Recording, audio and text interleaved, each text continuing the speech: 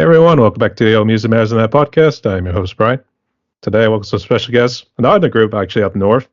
We got the boys from Swill, we got Simon, and then we got Scott. How you guys doing today? Very good. Yeah, we're good, Brian. Cheers. Oh man, cheers. Actually, you got a UK accent. Did you recently move over, or have you always had that little English accent? Well, I was born in London and I moved over beginning of 2020, so I've been here for 5 years. But obviously not long enough to lose my accent. I hope I never do. I mean, hey, I knew a Scottish guy who never lost his Scottish accent. He's been living in the States for like 20 years. So Yeah, it's probably not going to happen. Yeah. probably not. I think they get the wrong impression, like, oh, we brought some English guy all the way over. So Well, at least you're not confusing me with an Australian. I get that all the time, and I'm mildly offended by that one, but hey, I can get over it. I pretty much would always say English first. So I mean, Thank Australia would be Thank second. you. So Thank you. Yeah. proper Englishman. So all right, and just for the audience, it's actually going to be these two today because actually we were supposed to have Mike, I guess the drummer, join. But he's a drummer, Brian. He's a drummer. He goes and hits things legally, we should say. So. Yeah. He was very interested in joining. I'm not really sure what happened, but he will not be joining us today. Yeah, actually, you guys said he was a fellow native out of Pittsburgh. Yep. Yeah. Yep. All right, you can tell me more of that story here. Just a little bit. Celebrating the Steelers win tonight. That's probably what it is. I guess he's getting drunk somewhere. I mean, it's 5 o'clock somewhere. So Probably. Yeah. yeah. And just to fill the audience, they actually won with 6 field goals. They did not score a single touchdown. That's weird. Yeah. It's the weirdest thing. But we got a boy who's got Shouldn't be allowed. Should not be allowed. to play the Falcons for a shitty offense. So, Right. and just fill the audience. Which part of the world are you guys hailing from? So we're Buffalo-based, Buffalo, New York. We're kind of all over the region, especially Cy, who is actually from kind of the Finger Lakes region of New York. But we're Buffalo. That's good to hear. And actually, I did Josh Allen. I don't know how much of a football you guys are in terms of the Buffalo Bills. Yeah. He's the dude. Yeah, big time. Yeah, very happy with the win today, even though and obviously there's some problems there, but they pulled off the win. So it's all that matters in Buffalo is that they win. So Yeah, I guess I gotta also avoid because they're going to Miami next, so they gotta avoid the hot weather and all that next. So yep, for sure. So and Miami is a big rival. So yep. Yeah. Just to clarify, we do occasionally have hot weather up here. It's, as if you're not buried under. it's not 12 months of winter. We have some hot weather. I believe it, though. I think you guys are also digging some igloos, to be honest, with all the snow you guys get. So. Yeah. Okay. But Simon and Scott, I want to welcome you guys both to my podcast right here. And the way it's going to work is, I'm going to ask you guys some questions. Let's get to know you guys more, both as the musicians, but also as the individuals as well here too. So, you all ready? Good. Yep. Cool. Yeah. All right. So Simon, here you go first. I guess tell us your backstory. I guess how did you become a musician? Ooh, well, it's a long story because I'm an old guy. I started as a mid-teenage, kind of dreaming of. I was listening to stuff back in the 70s, and it kind of motivated me to buy a guitar. And in those days, in order to play anything and kind of copy anybody, you had to kind of move the needle on the record and try and get the chord and trying to understand what the guy was saying to write down the lyrics. And I know I've been into music ever since, massively, and been in bands in England, obviously, since college days. I've done the covers stuff, but I've always had a desire to just be original. I've been writing songs since my late teenage, And at the time I moved over here in 2020, I was in a covers band, but I was also into original projects, which was really my main thing. And just delighted that I was able to come across Swill, who were thankfully looking for a front man to replace the previous guy, and wanted somebody who could contribute with songwriting, which was my thing. So it was kind of a great match for me. Yeah, I'm loving it.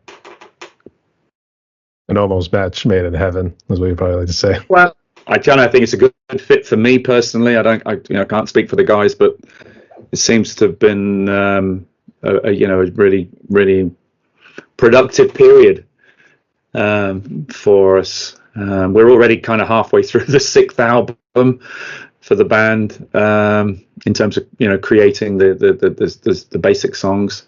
But yeah, no, I just think it's very lucky that I managed to find these guys. All right, I'm going to talk about that story here just a little bit here too, but let's hear Scott's story. Yeah, I mean, I guess maybe a little bit of a late bloomer as far as a musician goes. A lot of people start when they're real young.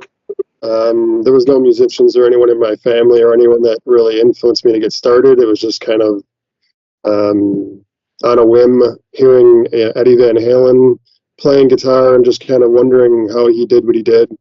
I think I was 14 when I started playing guitar. So started taking lessons and took it very seriously immediately and started practicing like 8 hours a day and all that kind of thing. Immediately in my first band out of high school, always, I guess when I was younger, into thrash metal bands. So yeah, that was my start, and spent a lot of time in thrash metal bands. I would say the first band was lasted about 11 years. The second one lasted about 8 years. So after those bands were done, I was kind of looking for something different. I've always been influenced by like the Beatles and music like that. I really wanted to explore something that wasn't so limiting, in my opinion. I wanted to be able to just write whatever I wanted to write and play whatever I wanted to play. And I mean, my whole life I was in original bands. I was never ever in a band that played covers. I always liked the creative process. But I really wanted to do something different than metal. I wanted to do something where I could branch out and try different things. And so Swill is that vehicle. Started the band in 2009 with a group of guys. And quite honestly, we've had 4 different singers and 4 or 5 different guitar players and 2 or 3 different drummers. And so this band has had a lot of different lineups in that time period. But this lineup right now currently is just really perfect. I mean, everybody works very well together. There's a cohesion. There's a respect for one another. There is, it really, really works. And it shows on the last album that we just recorded, We're the Dancing Dead. I mean, it feels like, nothing on that album for us was forced. And, a lot of those songs came from us just jamming in a room and developing the song from there. So it's really just, everything right now feels right. And there's just no stress or drama or anything in the band. And it's been a really great experience. Sai's been a great addition. Mike Polojak's been a great addition. They're the 2 newest guys. Just incredible. I say, definitely came prepared with the hairstyle right there. You could tell he's the guitar player. So you should see the other Scott. He's the other guitar player, and his hair's exactly the same as it. It's very confusing on the stage, Brian.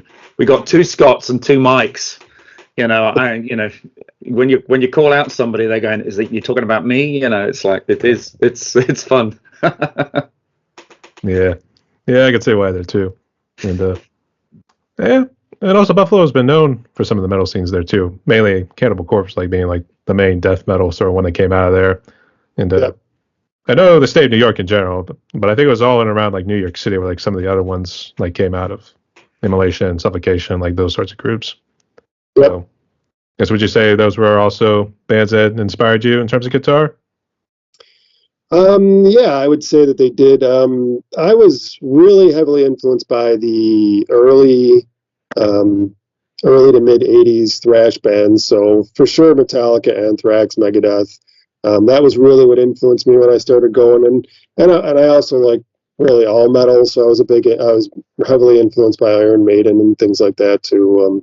That's really what influenced me as far as my early thrash metal roots. But again, beyond that, there were just so many things. I mean, I really am a big fan of synth pop, the '80s synth pop and stuff. Like, there's just so many different things that have influenced, my musical direction. So,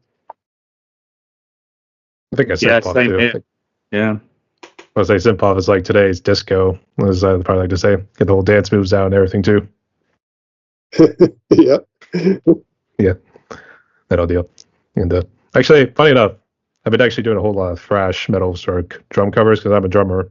And I was actually kind of hoping Mike would have joined because, man, I think we're going to share some good stories in terms of drumming wise. But so I do some drumming. Like recently, I've just been on what I call my thrash itch, as I like to call it. And Awesome.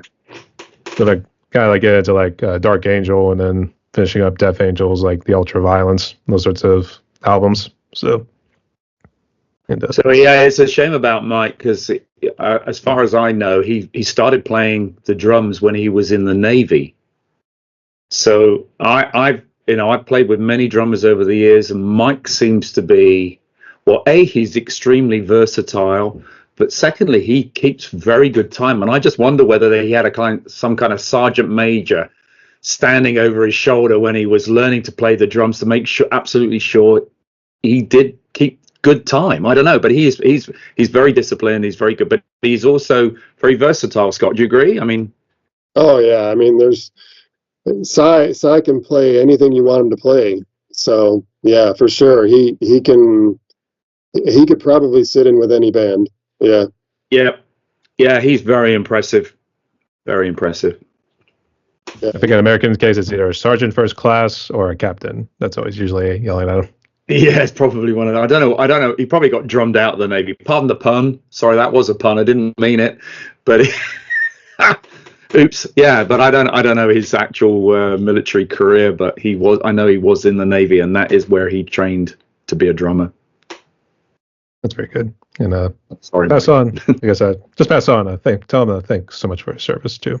So yeah, I guess regardless of if he did see any action or anything like that there too. So sure. Yep. And I guess before we jump into the band itself, I guess Simon, who would you consider as like being an influence and also inspired you too? Well, I had a very, very. I mean, I got an older sister, and she was deeply into Tamla Motown when I first. And so my parents were both into the kind of crooning generation. So I guess that's probably where the singing thing was particularly kind of resonated. But my sister was into Motown, and then I obviously wanted to be different. My first kind of hero was David Bowie, and that was the prompt to pick up the guitar and move the needle on the record, sort of thing. But no, I loved all sorts. To be honest, I had a phase when I was deeply into progressive rock bands, British bands like Yes and stuff. But honestly, it's kind of a parallel track. But the British music scene, has been my major influence. So I don't know. It's been a kind of cumulative thing, really, of a variety of things, and like Scott, I've been keen to explore a slightly different approach, and I think it kind of, this is where we've kind of come together at the right sort of time for each other. In that, I don't feel that the band wants to be particularly pigeonholed into one particular type of genre. And we are basically a rock band, absolutely. But, the title of the latest album, We're the Dancing Dead, suggests there's a little bit more to what's going on. And that indeed is a kind of a rocky dance track. There's certainly a dance beat to it. So I think it's a combination of things over the years that's really sort of spurred me on with music, but not particularly wanting to be pigeonholed. But yeah, a whole stack of different influences, both American and UK influences for me. I would say ever since the 50s, when you had the Beatles and the Stones coming out, you guys start from there. Then you went a little bit dark with Black Sabbath. They went extremely dark with Venom. And then you got heavier with Napalm Death and both Thrower. Yeah, well, my wife's from Birmingham, so she's an Aussie maniac. You know, that's where they came from, and that's as she says, the birthplace of heavy metal. You know, I mean, there's a whole different range of things. I mean, certainly the Beatles and the Stones, absolutely. But even in the 90s, you know, Oasis, Blur. I mean, it's been a continuous stream of influences. I've always been open to what's happening, you know, and I want to stay that way. You know, I don't want to pigeonhole myself, even though I'm getting to be really old, you know. He's entered the grandfather phase where now he starts telling stories to all the kids. Well, I am actually officially a grandfather as of about 4 months ago, so yeah. Exactly. Pretty soon they're going to start being like, there's going to be like, Yeah. It's going to be that scenario. So, yeah. So, indeed. tread carefully in that phase. So, yeah, absolutely.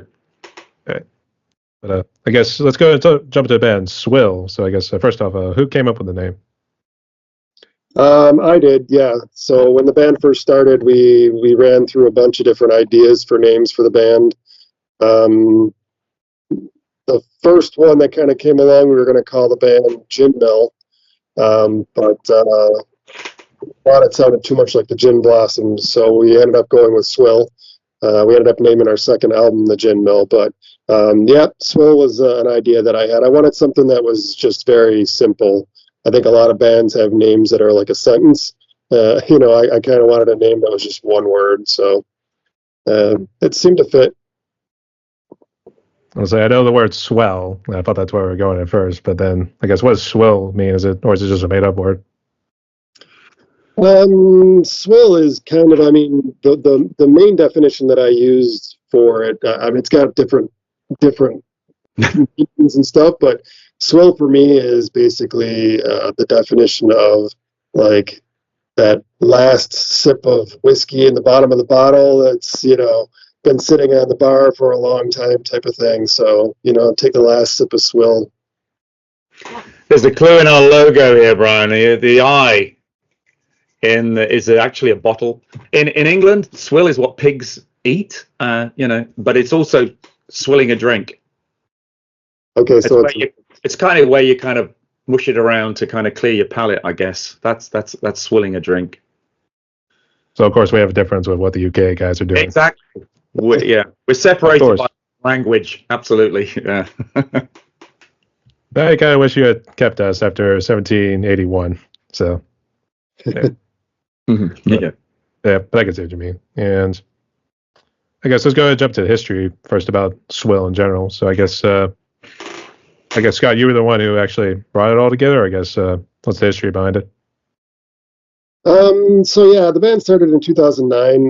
There was the original band, the original singer played acoustic guitar. I played electric guitar. We had a bassist and a drummer.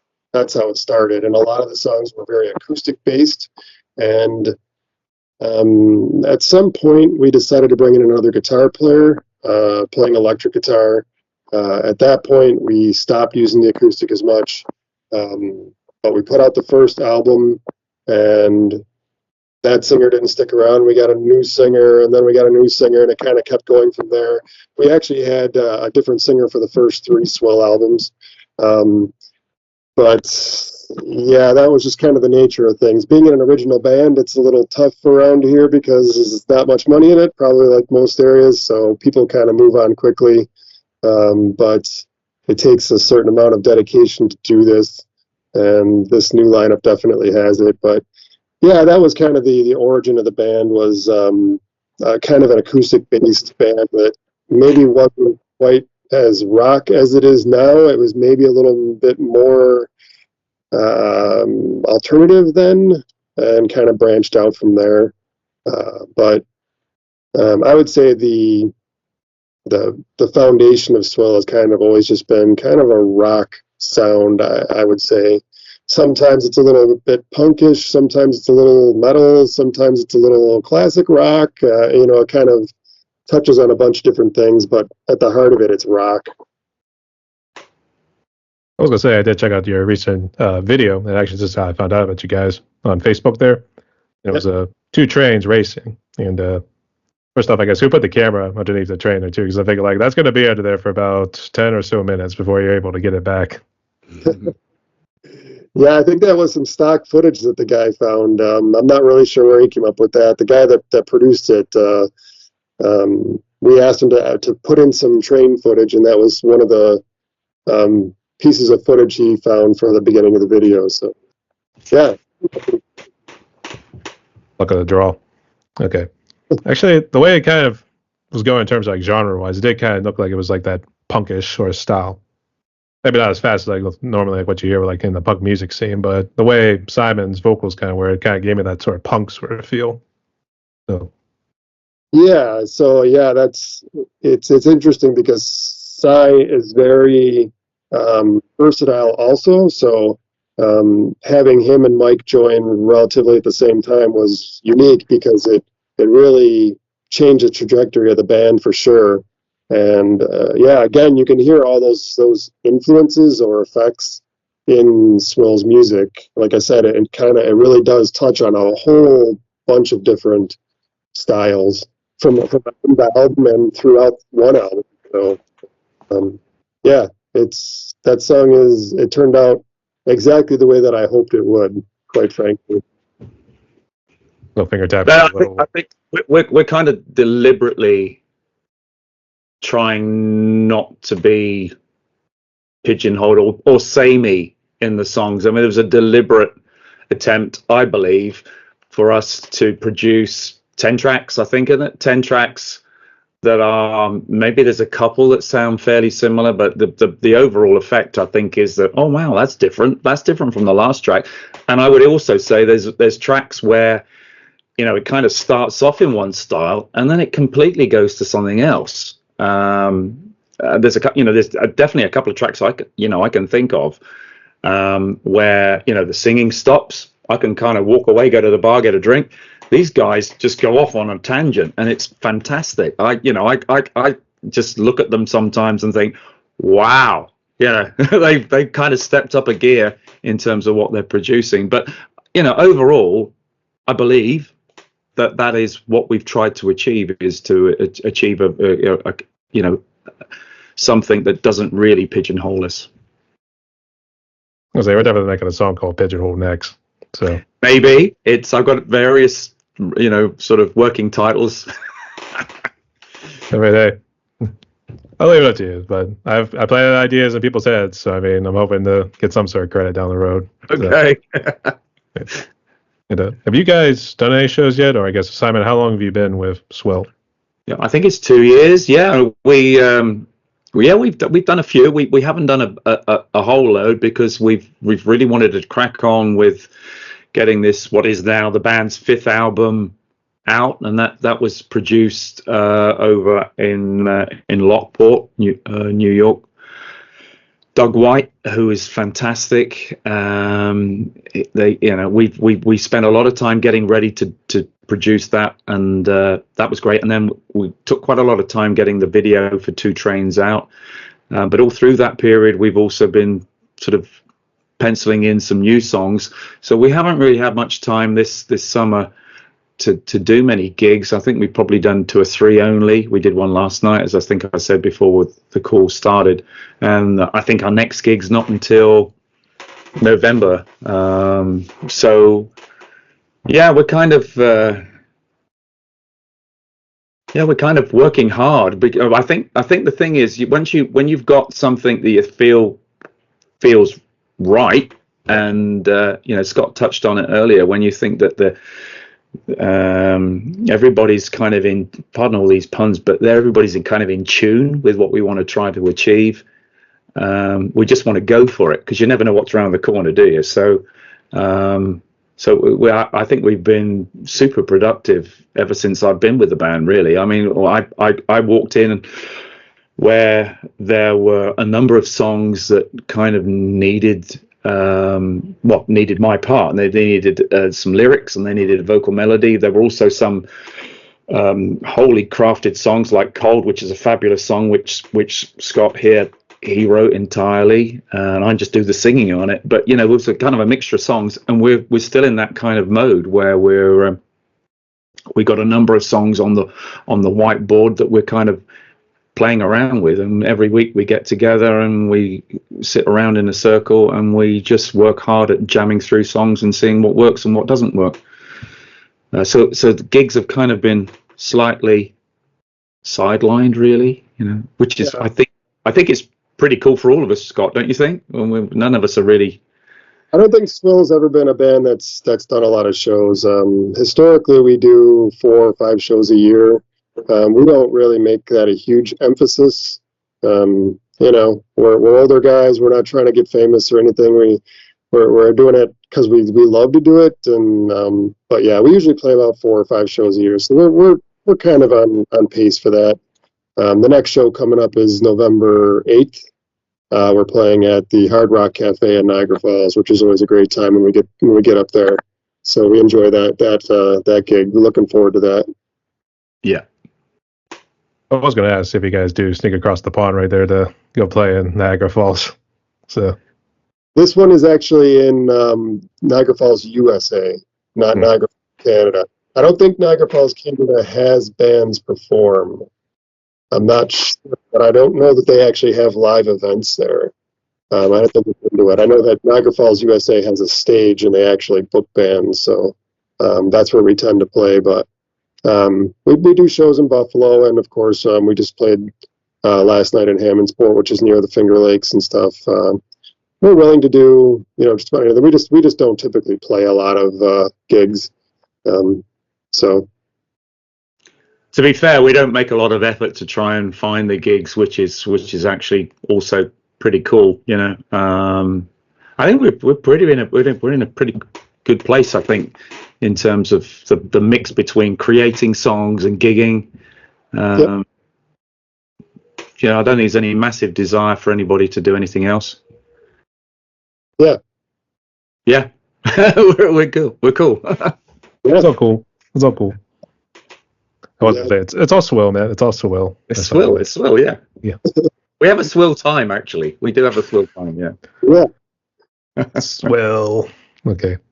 Yeah, I can see what you mean right there. Actually, I was kind of leaning into COVID right here first, but I guess before we jump into, how COVID impacted you guys personally, I guess, how's the music scene been in around Buffalo and I guess other parts of New York that you guys have, quote unquote, toured? Yeah, I mean, I've been on the Buffalo music scene since like 1988, so a long time. It's kind of like the region in general. It's very, very much into cover bands and stuff naturally. So cover bands seem to be the ticket and the most popular and the big draw. And it's more challenging for original bands. And original bands come and go pretty quickly because it's kind of hard to survive the scene a little bit. But if you can, it's a supportive scene, and there's a lot of great bands in Buffalo. There's always been a lot of great original bands in Buffalo. A lot of them haven't made it very long, but it's a challenging scene, but it's improved in the last few years for sure. There's more venues open than there were previously in the last 10 years. There's a lot more opportunity, and it seems like bars are able to offer more to bands as far as money and opportunities. So it's been pretty great, and there's a lot of festivals and things. Robbie from the Goo Goo Dolls has the Music is Arts Festival that we were almost a part of, but scheduling didn't work out. But yeah, there's a lot happening in Buffalo. It's pretty exciting, and I think in the coming year or two we might be a little more involved than we maybe have been in the past. So we'll see how that goes. guess, Simon, if you wanted to throw anything in, I guess, from your perspective. No, well, I mean, I had no idea what to expect when I moved over here. I moved over here because I bought a business, and the Finger Lakes is very rural. I thought that my performing career was over when I moved, and I kind of accepted it. And then I realized, oh my goodness, there's nothing else to do here but play music. So certainly down here in the Finger Lakes, there's a lot of music going on. It's not my style of music particularly, but there is certainly a lot of very good musicians here, and there's a great recording studio just up in the hills in the middle of nowhere. It's crazy that it's there, but I know that I needed to try and find a good home, and you got to focus on the bigger cities in order to be able to find the kind of music that I like. And we found each other online. I auditioned with a bunch of other people, and was really great. It was great. But I mean, certainly I got here just before COVID and the 2-year international shutdown. So the first year or two was, well, I didn't do anything, frankly. I was too busy trying to keep my head above water personally, my business. But no, so it's 2 years now. So so basically, we found each other online, and I echo what Scott's saying. It seems to me like there is now, we're hearing that original bands are beginning to bounce back in terms of popularity. I think it's playing into what we're trying to achieve, and I agree with Scott. I think we probably will be busier next year with gigging, and probably make a bigger impact next year as far as the live performance is concerned. So I'm very excited. I'm very excited about what we're able to achieve, I think. That's good to hear. I will admit, I actually had some family relatives who actually went to Watkins Glen, which I guess is along one of the Finger Lakes. For me, yeah. That seemed like a beautiful countryside. Actually, it's beautiful. It's fantastic, but the music is what it is. Yeah. Oh, I know it's not metal, so. It needs to be stated too that geographically, Cy drives 2 hours and 15 minutes one way to Swill practice once a week. So that is dedication. Yes. I have a very understanding wife, for now. Any good fish. So, that's good. Yeah. Well, she's a musician herself, so she understands. Sometimes you have to travel a bit, but now she's very pleased. I mean, she was at the gig last night. She thought we were great. So hey, that's good enough for me. Yeah. I would say it goes to Kiss song right now. Your man's working hard. He's worth a deuce. Yeah. I mean, she probably gave you some good loving afterwards. So, I mean, that it was a good night. So. Can I quote you on that? Okay, yeah, thanks. Yep. All right. But I guess getting into the serious part about it, I guess, how bad did COVID impact you guys personally? I guess family, and then also music-wise, if you want to elaborate anything else there. So. I guess Scott, go first. For me, family wise, not too bad. I don't think. Everybody kind of kept their distance, and we stayed in touch. But on a personal level, really not too much. From a band perspective, it affected everything. Obviously, we shut down for a good long time, and in that time, I used that time to write. At the time, we were getting ready for our 4th album, so I started writing some songs for that album, and one of the songs that I wrote was called Turn the Lights Back On, and it was directly associated to the situation with COVID. And I wrote a scratch vocal track for it and everything for our singer at the time, who decided that he liked the way I sang it better and said I should sing it. And so I did, and it became the title track off the last album. And so for me personally, that was something that I had never done before in my life. And so it's something that I was pretty proud of. But Yeah, that whole Turn the Lights Back On album, our fourth album, was written, I would say, during COVID. So I think a lot of creativity came from that time for that lineup. So it turned out to be a good thing for that. As far as my work, I work at Buffalo State University, and I'm in charge of the custodial department there.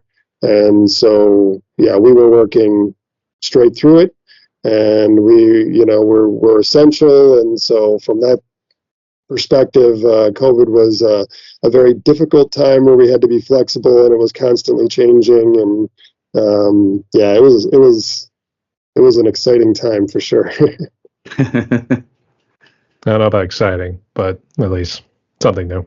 So, well, like Scott, I mean, I had more time on my hands than I had expected when I first moved over here. I run a hospitality business, so that was kind of shut down completely. But just moving over here from the UK, and at the time of COVID, the inspiration just came from nowhere. For me personally, I had a very creative period. Lots of new songs that I'd written, and I kind of go through spells where you have that kind of inspiration and then you don't, and you really have to push yourself to find inspiration. But I had no trouble whatsoever in getting a whole bunch of new inspiration from moving to the US and facing up to COVID. So for me, and locally, I don't feel that the area really suffered the effects of COVID in a negative way. A lot of the small businesses got grant monies that helped to support them get through it and stuff. So the actual impact on our local community was minimal, really. I don't want to diminish the effects of COVID overall, but certainly day to day locally for me, I didn't find too much of a problem. As a business, we were closed for a total of 84 days, which was tough, but it could have been a whole bunch worse. So those 84 days, I spent writing music. Yeah, so all in all, not a big deal. it was a blessing in disguise when you think about it, yeah. Yeah. I guess did any of you guys get real sick with COVID? Were you both okay? I didn't catch it. Nope, I didn't either. That's good to hear. And I don't good to think see you guys do well. Did anybody in the band, Scott? I don't. At the time, that lineup, no, I don't think any of us. Yeah. That's good to hear. Good. Yep. Yeah. Good to have you guys along for the ride here too. And Simon's good to see your business back up and running there too. So yeah, it's good. It's going really well. Yeah. Yeah, that's good to hear. And I guess moving into like the music production, I guess. So what do you guys use to make the magic happen? Well, for me, at this point, I'm using, as far as my equipment goes, I'm using an Engel Fireball 100 amp head, going through a Marshall cabinet. And for the longest time, I was playing Ibanez guitars, and the main guitars that I was playing were the Ibanez Gems. But at some point, I switched over, and now I'm playing the Charvel Guthrie Govan model guitar. So that's my favorite instrument right now, my favorite guitar right now. It's always subject to change. Basic effects, wah-wah pedal, stuff like that, nothing too crazy. But yeah, that's it on my end. I was going to say the Marshall stands out like a sore thumb behind you. So I was going to say, are they sponsoring you, Scott? These are old ones here, so. Okay. Let's hope it becomes a sponsor here. So we'll see what happens. Okay. Yeah. Simon, go ahead. Well, no, there's not much to say as a vocalist. Shure SM58s. I can't stop talking, so there's no point in having an on-off switch. So I just have the very basic microphone that you just have to move away from if you don't want to be heard. I use a stage prompter because I'm an old guy, forgetful of the lyrics, and so that helps.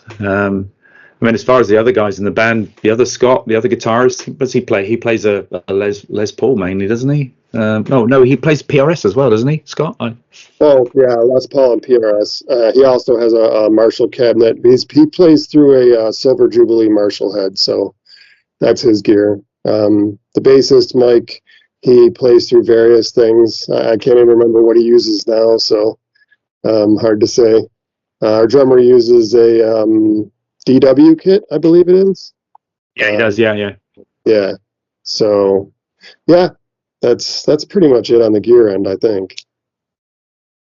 DW does acoustic sets, right? I thought they just strictly did electronic sets or hybrids.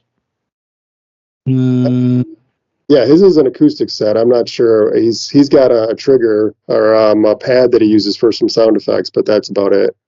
He's an acoustic guy. Yeah. Because I'd hope he'd be acoustic. So, all right. Fair enough right there. And, I forgot to ask this, just for audience sake, can you guys just list the current lineup right now? Me and him. We got Mike Jack on the drums, Scott Barinicki on the other guitarist. I mean, am I right in describing you as being a leader and a follower rather than a leader and a rhythm guitarist?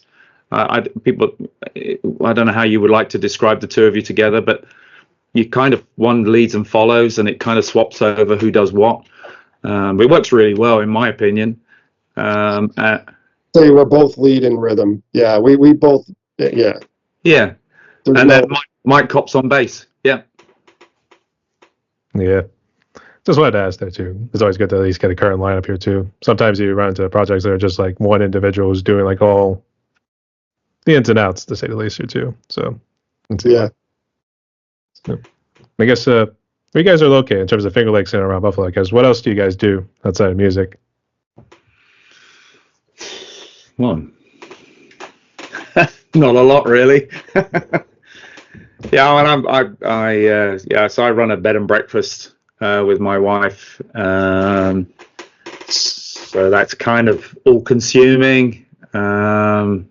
But the nice thing about it is it's our business, so we can, if we want to shut the inn and go off somewhere, we can do that. So I'm going to go back and see the kids and the grandkids back in England over Christmas this year, which is nice. But the season, we have a very busy season here. It's the area is becoming nationally famous for wine. So there's an awful lot of people, international visitors to this particular area to do with the wine here. So by the time we get to kind of end of October, when the leaves have all fallen off, we're exhausted. So, we kind of just turn the lights off again for a couple of months, and then turn them back on again in the spring. So that's us. But it's that, and it's the band. That's me. Yeah, for me, it's work is like you said, all consuming. Working at Buffalo State, my responsibilities are incredible. So that takes up a lot of my time, and then of course being in Swill. Aside from that, there's not really a lot. I'm a huge sports fan, so Bills, yeah, but I'm a huge Sabres fan. Beyond that, I'm about 3 years out from retirement. So my wife and I are making those plans now. That's where our focus is setting aside money and making plans for what we're going to do after we're done working. And so that's kind of where we're at now in our lives is what's next after this phase. And then of course when we go on a world tour, Scott, 3 years to the world tour. It might be around then. Yeah, we'll shoot for 3 years from now. Cool. We start taking over Canada first, and then we work our way westward. Yeah. That's it. We'll try it that way. Actually, I was going to say my condolences to you for the whole thing with the Sabres.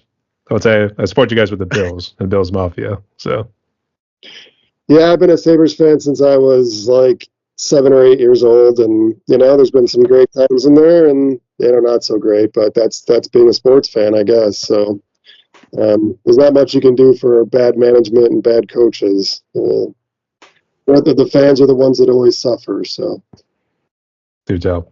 I will admit, you have to go back to Dominic Hasek days and you gotta get those uniforms. We used to have like the red, because they're red and black, and then you also have the bead with like the saber going through it. Those are badass. Yeah. Oh, yeah.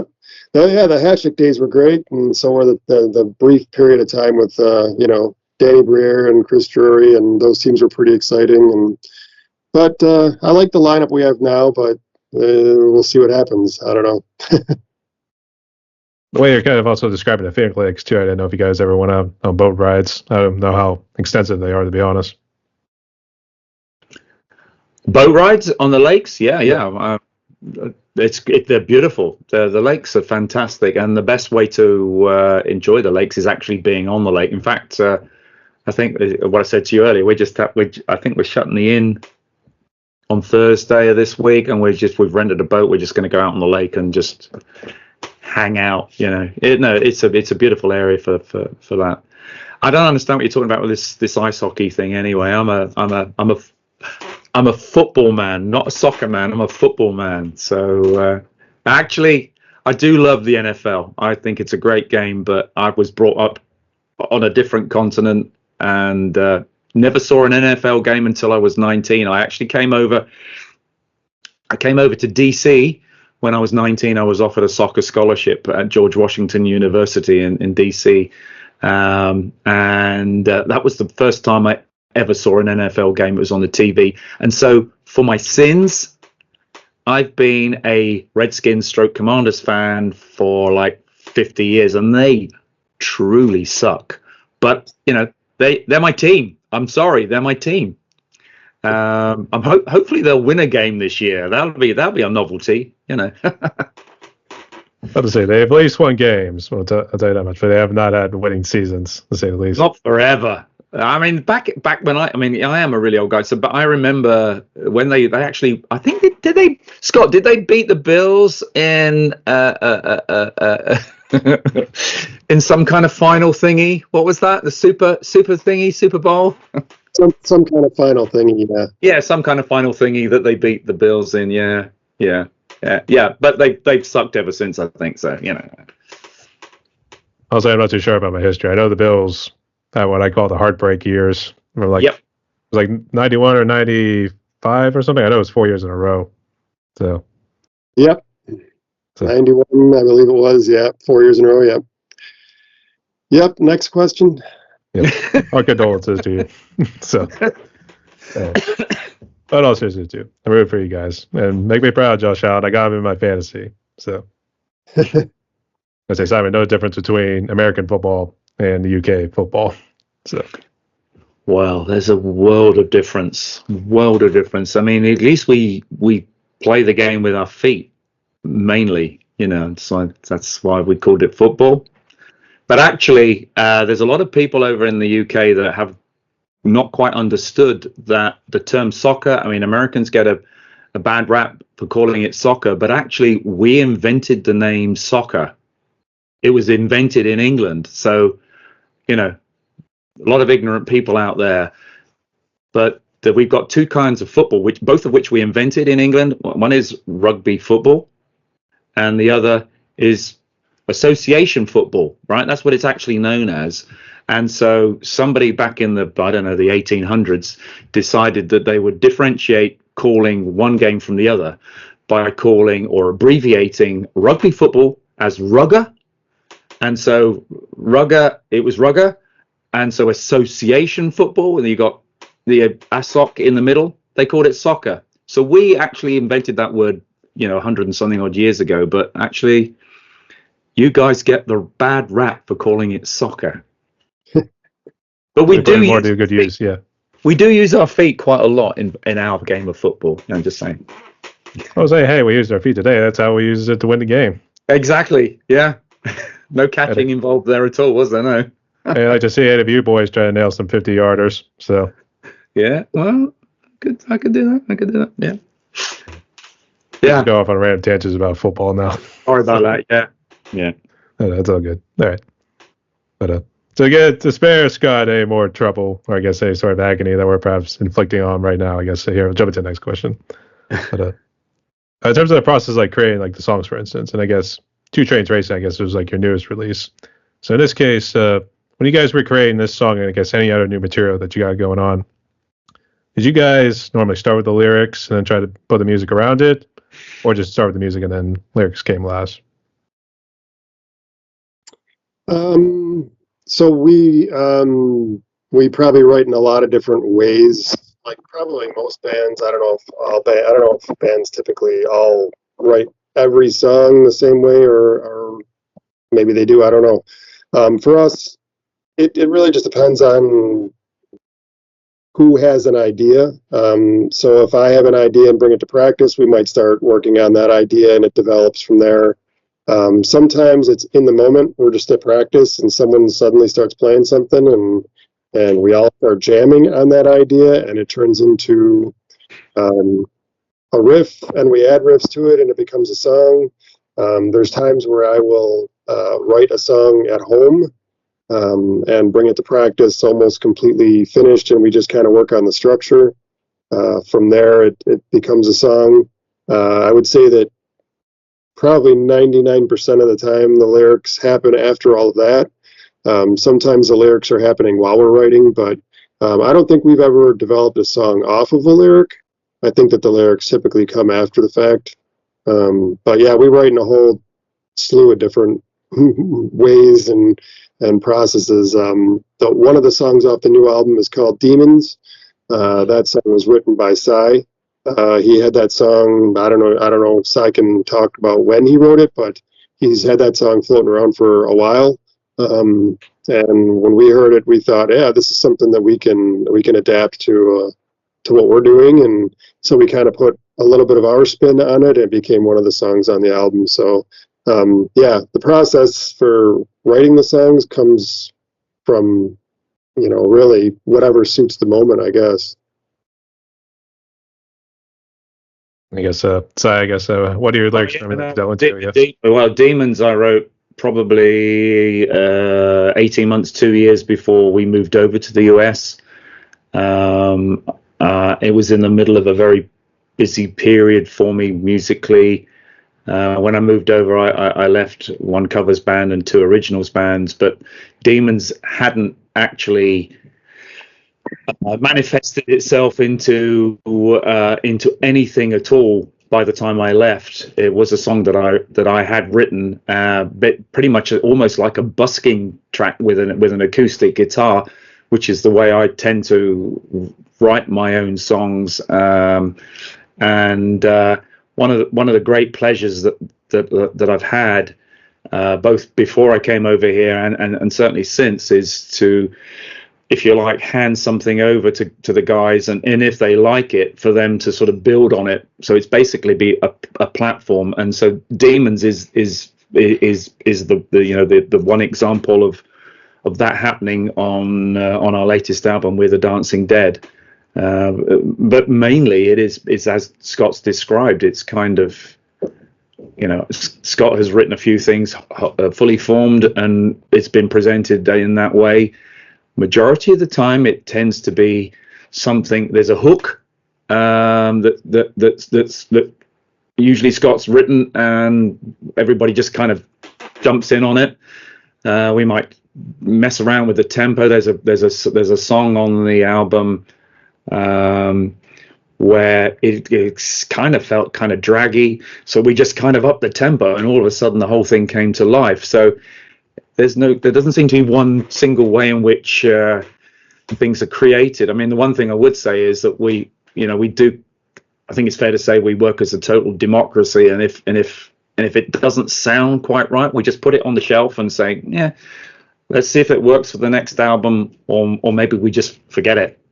It's overtaken by a number of other things that we like better. So it just seems to be a fairly fluid process. But as I say, at the moment, it seems to be working extremely well. People grab onto a basic idea, and very quickly it becomes a pretty fully formed song. I actually do remember watching a TV show. I don't know how much you guys know about Aqua Teen Hunger Force or anything on like what's called Adult Swim. That was a program that always came in late at night. But they actually, one of the guys, main characters, like made reference to, like, we are not establishing a democracy in this house. I don't think that too. So it's actually a funny skit. I'll see if I can try to send you a link later. But cool. And actually, I was going to ask about the lyrics too, I guess. So what do they normally like to delve into? I guess the way I was kind of seeing like two trains racing, it kind of struck me as somewhat political. Well,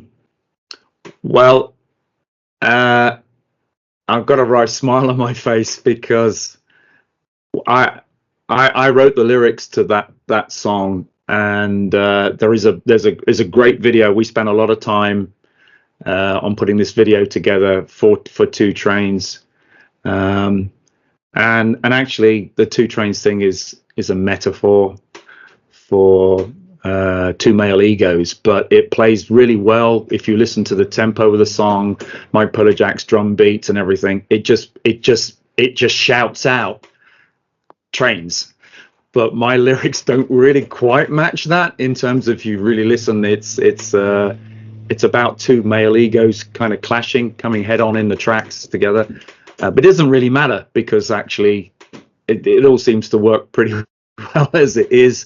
And the video seems to fit the mainly the style of the music, the start and the tempo of the performance. But yeah, so it's I mean, there's certain songs that we've written. So the first single from that album was Anxiety, and I wrote those lyrics because I felt the world is full of anxiety. I mean, I've got kids. They're kind of anxious about pretty much everything, and that topic kind of spoke to me for that particular tune that had been produced. It was pretty well fully formed as an instrumental piece, and I actually seem to recall having some difficulty with not the lyrics but the vocal melody that went with the tune.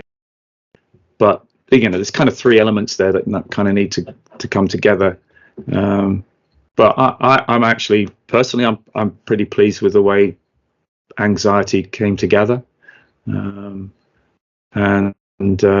hopefully it's a song that kind of resonates with current times. Oh, I'd say very much so. I can tell you that much. And, I do admit, I did notice the guy was using a drone because I noticed the way some of the movement patterns were.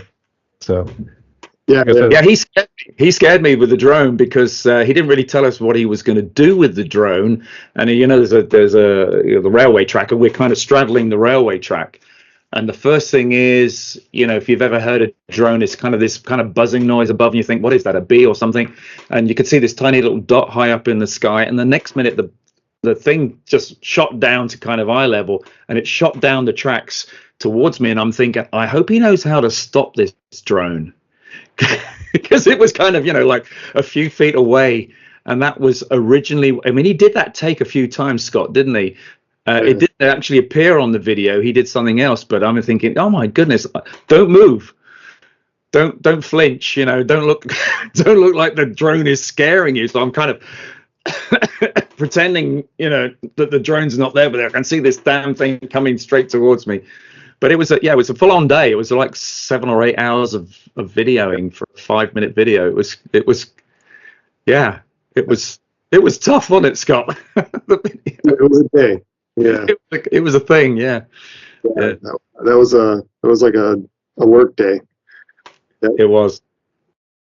I was say those tracks weren't live, were they? They had to have a train capping the precious set there.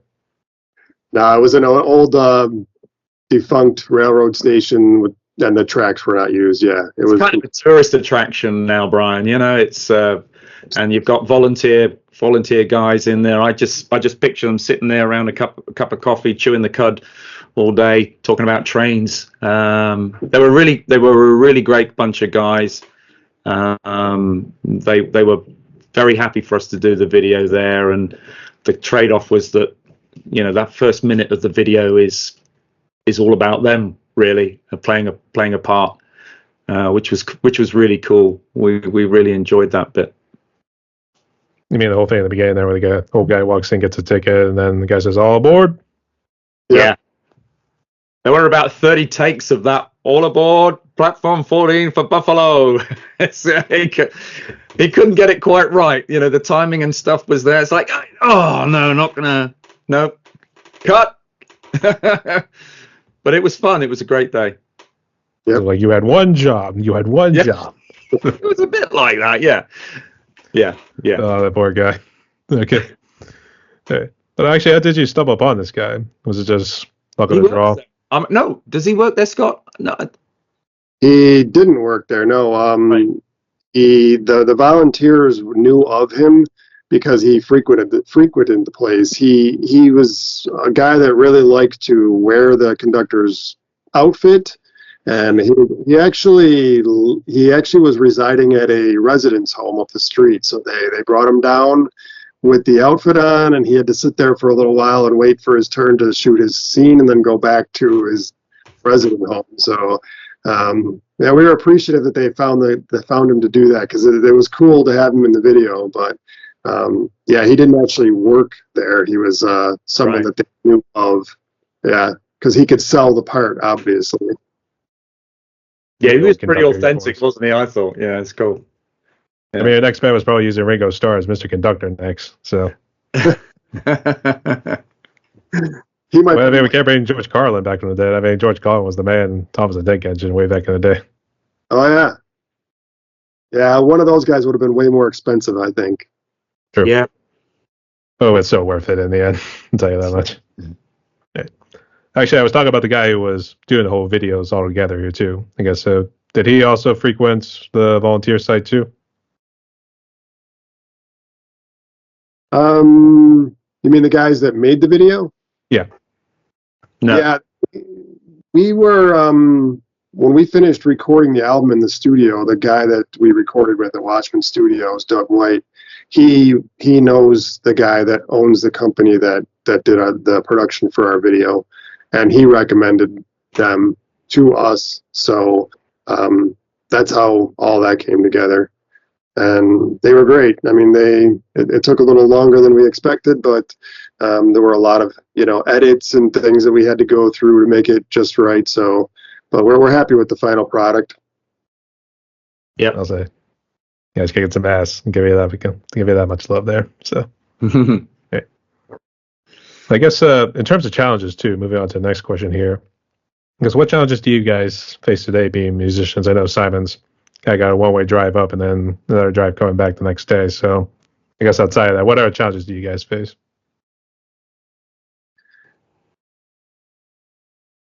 You want to go through? Well, I think it's being heard. It's being heard over and above a million and other acts out there. I mean, the great side of the way music has gone is that it's so much easier now than it was, back along to actually create really good quality recordings. I mean, obviously you need the material and you need the talent to produce the music in the first place. But Doug White's done a fantastic job at Watchman Studios. He's actually produced all 5 of the band's albums, and they are top quality recordings. And then how do you distribute them? Well, we use DistroKid and we distributed on all of those. And plus, you've seen the video. To me, it's a proper top quality video. It's on YouTube, so that's great. All of that's great, but then everybody else is capable of doing that pretty easily. So in terms of getting out there and sort of progressing, building a following, it's difficult. There's no two ways about it. And I think if you come out of Swill for a second and you look at a lot of other extremely good bands playing very, very good music, then they're not achieving any more than we are in terms of overall followers and downloads and stuff like that. So I think we're comfortable in what we're doing. Everybody always would like to be able to achieve more from their music, and we're doing the best that we can to promote our stuff.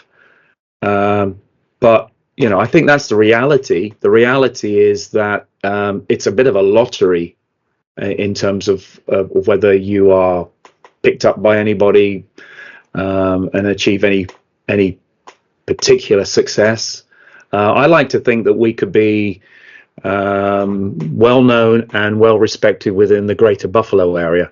For me, that would be a success. Even though I'm not a native of Buffalo, I'm thinking in terms of the other guys, and they've worked so hard for a long time now to get their music out there. And I'd like to think that we're closer than ever to turning that into a reality, and for them to get recognition within the city of Buffalo.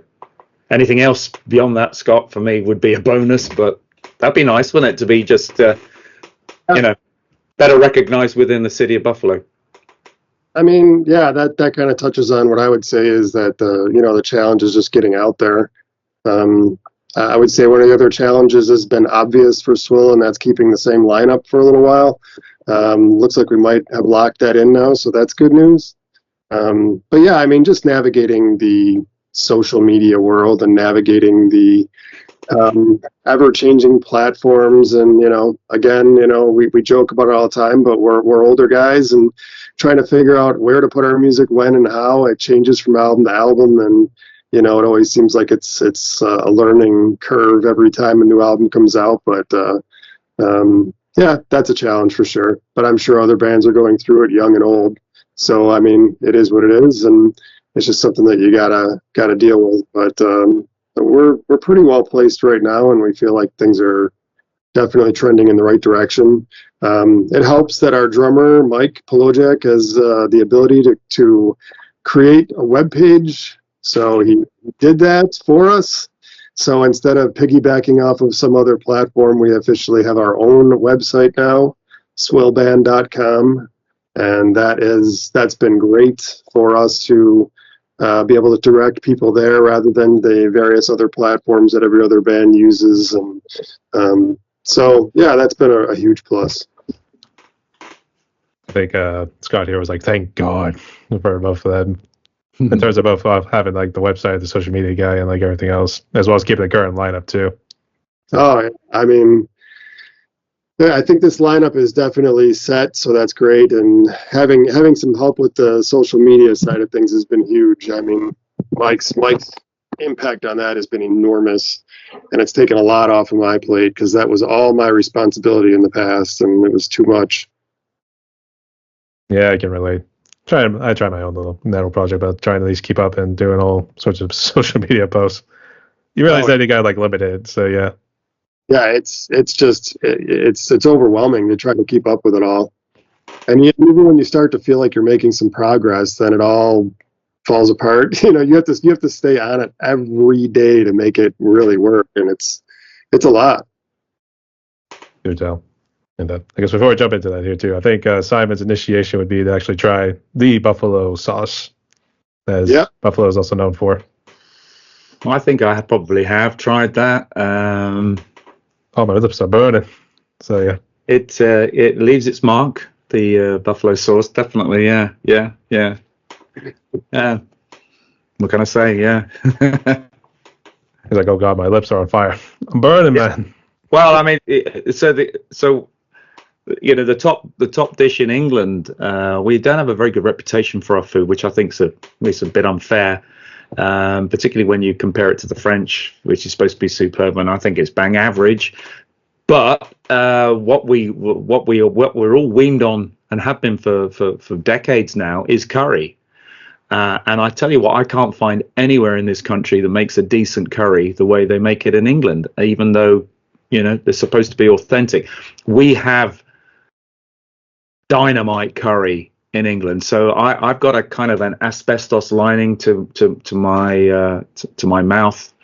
My wife makes extremely good curry. If anybody wants to come down for a curry, we do curry nights occasionally.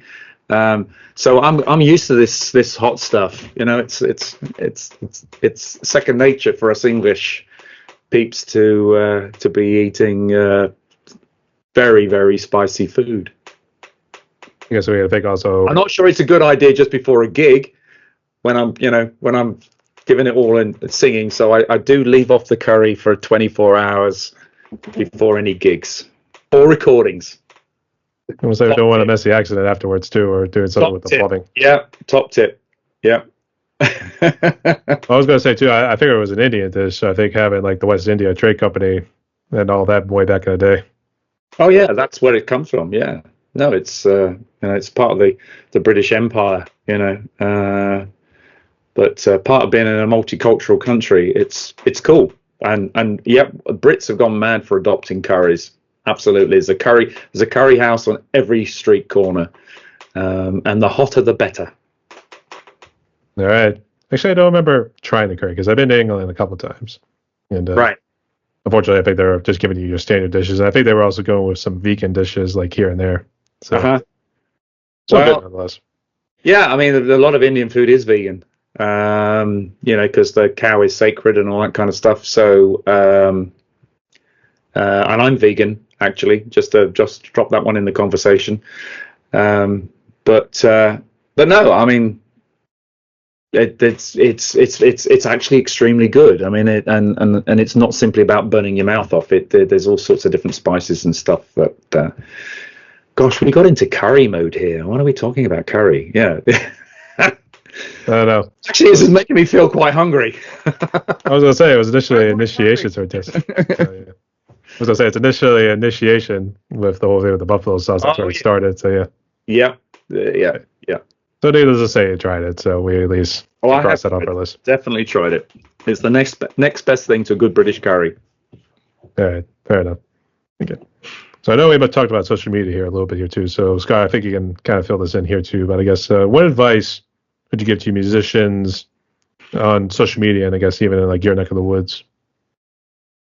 Well, in terms of like social media, and I guess anything else really. Yeah, social media is tough. I mean, I don't know that I would be the one to go to for advice on any of that. So I'm not really sure. I would say, I would say that it's the one piece of advice that people always say is to try to have thick skin because, we're experiencing it now that the more out there our video gets and our website and everything else, we're starting to get those random people that post comments that are, rude and whatever. So there's that. So that's fun. The other advice I would say is just stick with it because you really have to just keep working it nonstop. Beyond that, the advice I would give to anybody that's playing music in general would be to just make sure that you're doing what you love. All my life I've been told that being an original band is kind of a waste of time, and you need to play in a cover band to make money and this, that, and the other thing. And I know that people love that, and if you love it, that's great. But if you really do like playing your own music, you should do that because I have a lot of friends that switched over to being in cover bands, and they wish they kind of hadn't because they really miss the process of writing songs and stuff. So that'd be my bit of advice is that, just make sure that you're really truly doing with your music what you want to do with your talent. Yeah, I would add that as a band, that well, like all bands, that you want to be seen and heard as much as you possibly can. I think is that certainly in the UK, and I suspect it's probably the same over here, is one measure that venue owners and bookers use is how many followers have you got on Facebook or Instagram or anything like this, and it's slightly unfair that that's the measure that they take, but it's a very simple way of making a judgment on whether you should book a band because they got X number of followers, because that doesn't really mean a thing. You can buy thousands of followers. You can literally buy followers. So it's not about that. I mean, the people who follow us, I believe, have seen us, heard us, know us personally. And that means a whole lot more to me to have, I don't know, a couple of hundred or 1,000 or so of those people than 20,000 people, all of which, they're not really engaged. So it's the engagement level as opposed to the following level that that strikes me. The other thing I'd say about covers as opposed to originals, I've always kind of made a comparison with the boating fraternity, where you've got the people who sail boats and you've people who drive boats with engines, and they both work. They both do the same thing. No one is better than the other necessarily, but they kind of sniff at each other a little bit. Oh, you're driving a boat with an engine? Goodness me. So I think covers and originals musicians are slightly different in terms of their mindset. Basically, there's fantastic musicians out there, whether they play in covers bands or originals bands. The reason I have finally given up covers bands for good is that the creative process is 90% of the whole thing, and to actually perform something that collectively you and the other guys on the stage have created is such a buzz compared to playing covers. You are there, you're doing your thing. And I think that means, to me now, it means so much more than playing 5 nights a week and getting some decent pocket money. It's not about the money for me, it's about the creative process and being able to actually get on the stage and for us all to enjoy what we produce and to share it with other people and to get the feedback from other people that they really liked it. So it's 2 different camps. Do tell. So yeah, I can understand why, especially even those little messages as well. Doesn't I get some weird ones on Instagram here too? I think even some sex-related referenced ones. Yep, we get them.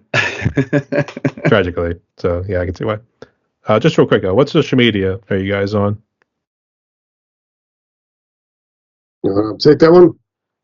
Instagram, Facebook, and we've got a website. I think we came off the other stuff. Reverb Nation. I don't know whether we still got that page. It's still. We're on X as well, but I don't think we're posting to X particularly. But on Facebook with Swill Band Buffalo. There is another band called Swill based down in Florida. They are imposters. No, they're not. They're good. They're good guys. But there is more than one. So we're obviously Swill Band Buffalo. And I think it's a similar moniker for the Instagram account. Then Facebook and Instagram are connected anyway. And then the website. I mean, we've got a store on our webpage, Swillband Buffalo. No, swillband.com. Sorry, which has merchandise. We're selling all sorts of things like T-shirts. We've got CDs. That's novel. And we're also what do you call those things, Scott? Where we've got the USB. I keep forgetting what they're called. The CD cassette thingies that we do. Yeah, so Disc Makers offers this thing. It looks like a cassette, which is what we grew up on. We thought it was kind of cool to do something like old school like that a little bit. It's a cassette, but it's not a cassette. It opens up into a USB. So your whole album is loaded on it, and it's got the artwork on both sides, and it's got this cassette case and all of that. And it's kind of a cool thing, but then it opens up into a USB. So it's modern but vintage looking type of thing. And we've gotten good feedback about that product. So yeah, that's one of the things that we have available, which is pretty cool. I'll say it's a stage version of the cassette. So yeah, let's see why. Yeah, it matches our profile. We're old, but we're kind of modern as well. Kind of, that kind of combo thingy. I like to think. Yeah. We try to roll with these Gen Zers with their little tech going on in these days with the phones and all that. So yeah. Yep. Also, I do have to ask this other band named Swill in Florida. I guess do they have a sexy English band as the front band? I doubt it. Not like this, though. Who's the sexy Englishman? Really? I don't know. But the way they sound, like the way you're saying they're imposters too, I thought some other guy in England was trying to cramp your style or something like that. No, I don't know. I'm not aware of any Swill bands in England. But yeah, there's definitely another band called Swill. Well, there's probably several. I don't know if you've ever been involved in trying to name a band. If you then name a band, you think you've got a really cool, unique band name, and you Google it, there's like 53 other bands have got the same name. So it's almost impossible to get a completely unique name. Well, we got the one and only Swill. We are the Swill. Yeah. All right. That's all that matters. Okay. That was the best of you too. So it's all good. So, all right. So Simon and Scott, we are down to the fun questions right now. So here, let's jump into these ones right here. So Simon, what would you say is currently your favorite food? I think you might have already answered it, but go ahead. Well, the wife's curry. You know, she can probably hear me upstairs, so I got to say anything the wife makes. She is an amazing cook. You know, we're on TripAdvisor. People say, "Oh my God, Miranda's muffins is superb," and that's not a euphemism. I love food. I do love food. That's me. Let's say curry. Curry's my thing. And we got the Nathan's hot dog eating contest down there. Actually, where's that? That's Coney Island, right? So I guess, is that still part of New York, or is that New Jersey? I think that's New York. Yeah. I'm not real sure, but yeah, that might be New York City area. We get a nosebleed if we go that far south, Brian. Yeah. Yeah. That's like another world, New York City. Yeah. That's where the yuppies and all those business boys go to make all the money happen. So yeah. Yep. Okay. Also, he has to be nice with the wife here too. He wants to make sure he doesn't sleep on the couch tonight. So yeah. Okay. I'm used to that. It's cool. Wouldn't be the first time. So yep. Okay. And Scott? Well, I mean, yeah, everything my wife makes is delicious for sure. I guess if we were talking about my absolute favorite food, it's definitely Buffalo, New York pizza and chicken wings across the entire planet. So they have to do a buffalo chicken dip pizza. So cool. I should have learned there actually is a local pizza joint in Pittsburgh that actually does. I guess they won awards for the best buffalo chicken dip pizza. So right. I'll have to try that. It's an interesting one. I think it's called Frank's. I think it's what it's called.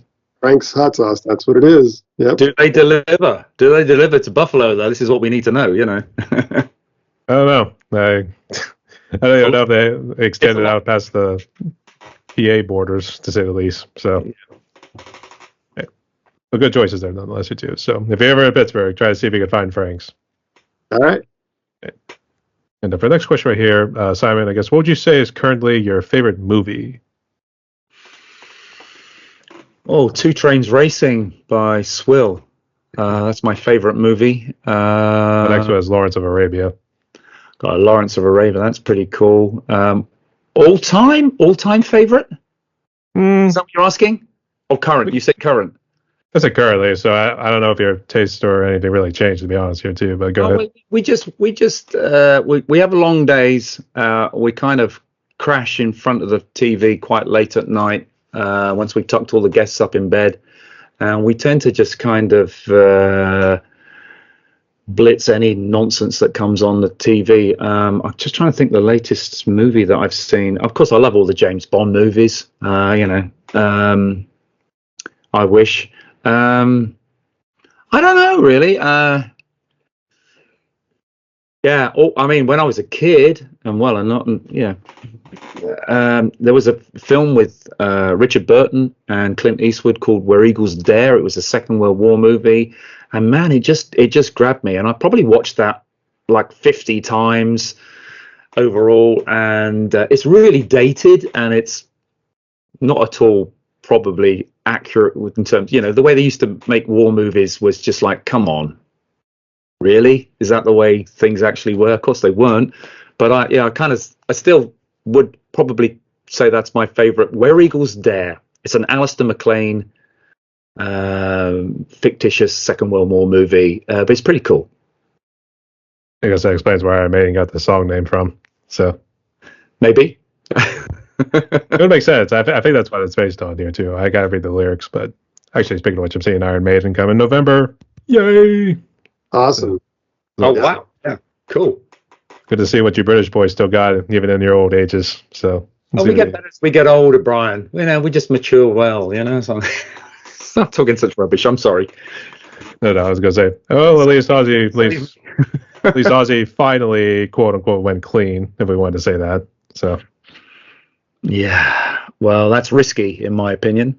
He should be careful. His system may well react against all this. there's that too. Actually, I think the funniest thing I ever seen was like, I forget what interview it was. I forget what year it was. He's just trying to pour a cup of orange juice. He's literally like shaking. I mean, he can't even pour it right. He barely even got like maybe only that much of orange juice in his glass. Yeah. I remember that. I thought maybe they asked like, "Are you high right now?" or something. I don't know if it was like something along those lines. He's like, "Yeah," or something like that. Yeah. When wasn't he? Yeah. You gotta love Ozzy. He was a crazy son of a bitch, but man, he stuck to his guns. Yeah. And for the next question right here, I don't know if any of you guys drink too much alcohol or anything like that, because sometimes I bring up this question. Some people have at least been sober for a good number of years, but in terms of drinks, what would you say is your favorite alcoholic drink and non-alcoholic drink, Simon?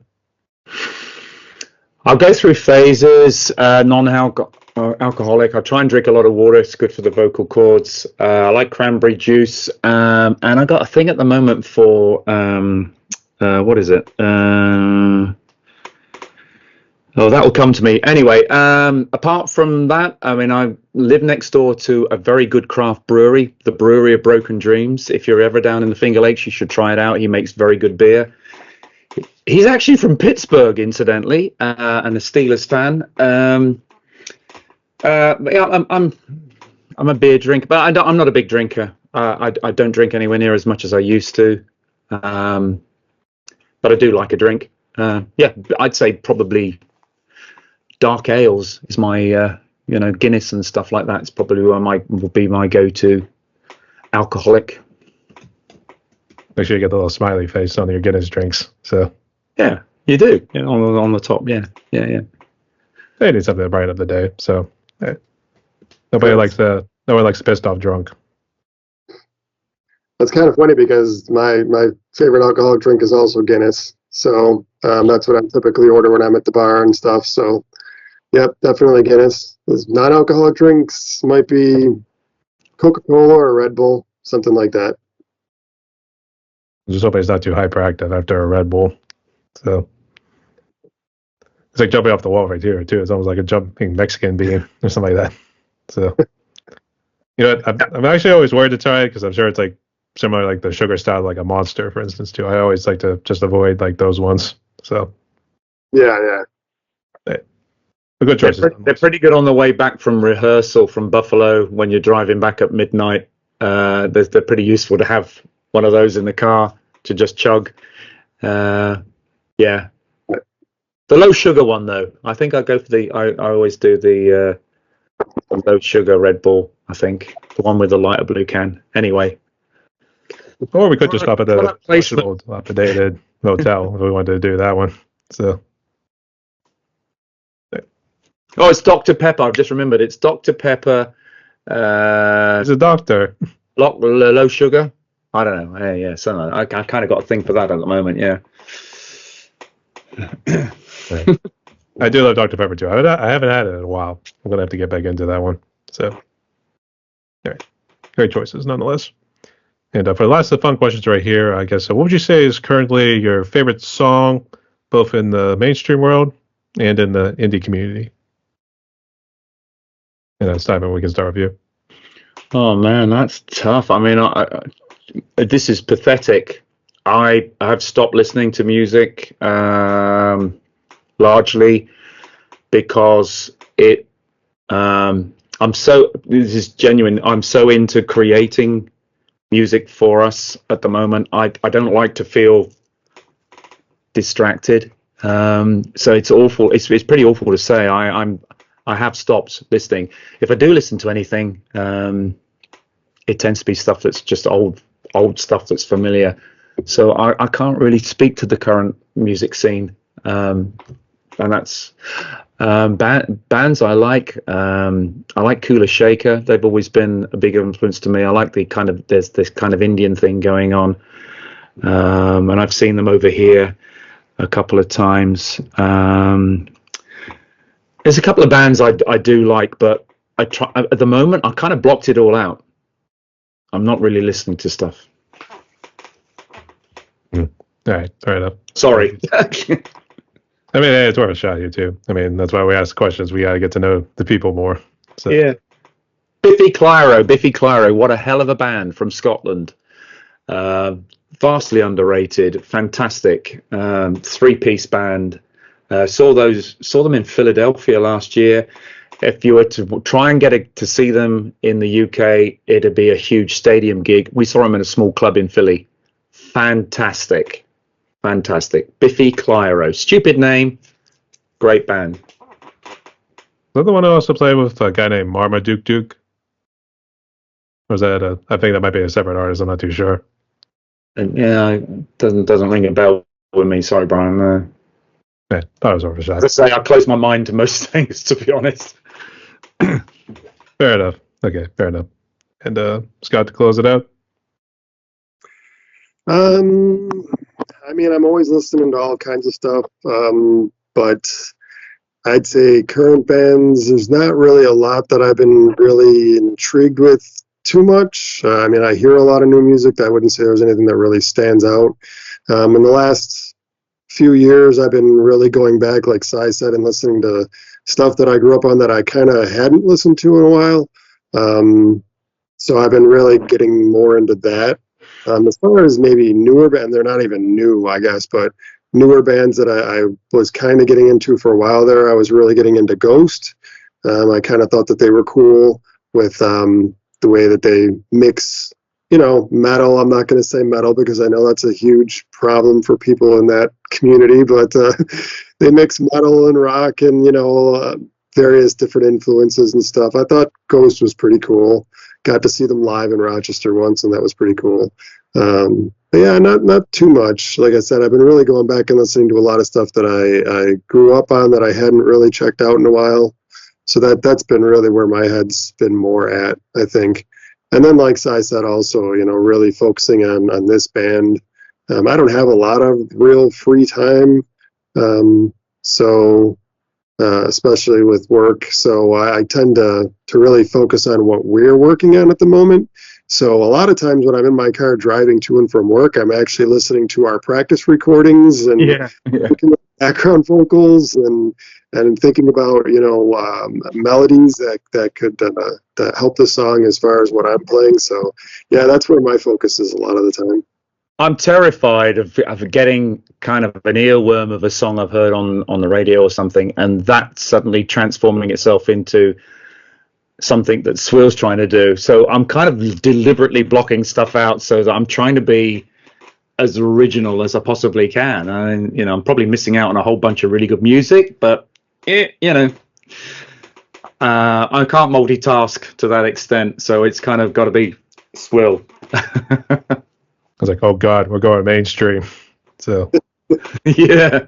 Yeah. But great choices nonetheless, you too. But what I do strongly recommend is on the Facebook, we have a group called Band Together. I don't know. Have you guys heard about it? No, but yeah, send it a link. Okay. I strongly recommend you join because there's a lot of indie groups on there. Make some killer music there too, and I've interviewed a good number of them. They're great people. So, Band Together. Yeah, send us a link, Brian, please. Yeah. Check it out. Sounds good. Okay. So Simon and Scott, we're down to one more question on my podcast right here. I guess before we jump into it, did you guys have any questions for me or any final words you want to say before we jump into it? No, I think we've covered everything as far as I can see. This has been very, very cool, very extensive. We trust you, Brian. Yeah, we trust you. No, I haven't got any questions. I mean, we're kind of just grateful that you've asked us to appear. So that's cool. Thank you. Should have. Thank you. I was like, now I feel pressure. So. Actually, is this your guys' first interview, or have you done others in the past? Yeah, we've done a few. Yeah. Yeah, this is the second podcast that we've done. The other podcast was a local Buffalo podcast. So, yeah. I've done several since I've been over here. In relation to my business, my wife and I have just kind of seem to have struck a chord within the sector we're in. So yeah, I think we're about 5 or 6 different podcasts with folks in that area. But well, I say we're really grateful for the exposure, and we hope that people will be intrigued by us and hopefully listen to the music, because that's absolutely what we're all about. Just dig the music if you can. Yeah, absolutely. All right. But if you know how it goes, we always have one more question before we close out. But here's how it goes. And Simon, you can go first. So, given what COVID's done, obviously you guys have been pretty blessed. And I know Swill's been around since like 2009, but obviously it's good to see that you guys came back alive and kicking some ass and all that stuff. But for those musicians and people who perhaps are affected by COVID or anything else in their lives, what sort of message of hope could you give to musicians and people out there as we try to move forward in a post-COVID world? Well, for me, I mean, I've got 6 kids, and they've all gone through COVID, and they've all survived, and they all live 3,500 miles away from me. And obviously, through technology, I was able to keep in regular contact with them. And there's a lot of anxiety. That's one of the triggers for the song that we just released. But I've said to all my children that don't pressurize yourself. Just be happy. Find ways in which you can be happy. And if you can't think ahead and feel that you're going to be happy by doing this or doing anything else, or just get joy out of being happy today and what you're doing in the moment. And so in essence, just try and live in the moment and keep going, really. Keep on going. I think the kids kind of appreciate that message. It's a very straightforward message, and it's obviously, obvious to anybody that that's what you should do. But I think it's important to people who do struggle to have people telling them that, and to reiterate that to them, that you can't change that. You can't change the world. I mean, you can get as frustrated as you like, but at the end of the day, you just got to think about how you can pursue happiness yourself. Going back to the band, it's my outlet, and I'm very happy doing it. I feel that the other guys are all on the same page as far as that's concerned, and I just hope that my kids and everybody else out there is equally able to find something that keeps them happy. All right, and Scott. Yeah, I mean, I would say the same thing. I would say find what makes you happy and dig in. I mean, I think that you kind of create your own happiness most of the time, not all the time, but I mean, I deal with a lot of people where I work that they're just miserable all the time. I think that makes you more miserable. And I say it as a joke, and people know that I have a certain position at work and everything. And, but I see it all the time where, again, there's people that are very miserable. And I think that if you can find a way to find happiness or joke around with people that make you happy and bring out the best in you, that makes life a lot easier. So that would be my take on it is to try to find joy in the little things and try to find happiness in what you're doing. I mean, people don't like going to work. People don't like certain parts of what they have to do in their life, but if you can find a way to be positive about it, it can make it easier for you and those around you. I mean, life is about being around other people. So try to make the best of it and stop being so negative and making other people's lives more difficult, because that doesn't really make anything better for anybody, including you. Yeah. Well, it was a good thing I actually repeated that, because I think Simon's chair was kind of muting you out right there. My chair? Yeah. Sorry. I was starting to jiggle on my chair. I beg your pardon. No, it's all good. I got it all. But speaking of which, spoke like a bunch of true prodigies. So yeah. It's all good though too. So yeah. So Simon and Scott, we reached them a podcast right here, and boy, oh boy, did we talk for a good bit right here. But I guess, got any final words? Any shouts you want to give before we close? The only thing I would say is just go to swillband.com. That's the big one. That's where you can catch everything. Swill is right there.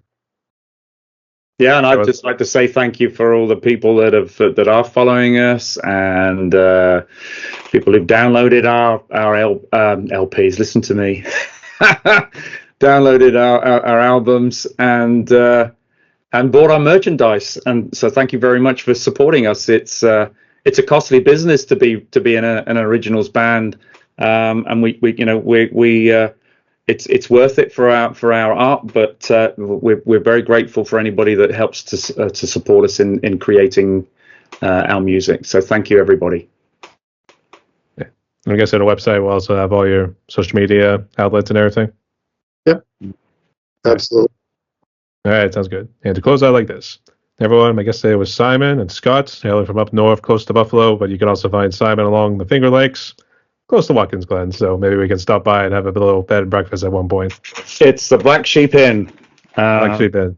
Black Sheep Inn, yeah. Black Sheep of my family. That's me. All right. I'll keep my eyes on it next time here, too, whenever we travel up there, too. So cool. I'll hold you to it in terms of cooking, though, too. So let's okay. do it. Well, I can barely burn toast, Brian, so it's down to my wife, okay? All right. I'll hold her to it then. We'll say it that way. Okay. But these guys are part of the group Swill. And actually, you can hit them up on all the socials and all the streaming platforms here, too.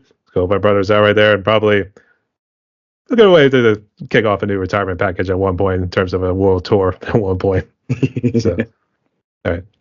We'll see what happens. But nonetheless, I wish you guys all the best going forward on your musical journey and good luck with the new music and everything, too. Maybe you got a new music video at some point here, too, but don't spoil anything just yet. So you guys stay safe out there and keep rocking on. And stay tuned, y'all. Appreciate it, Brian. Cheers, Brian. All the best, mate.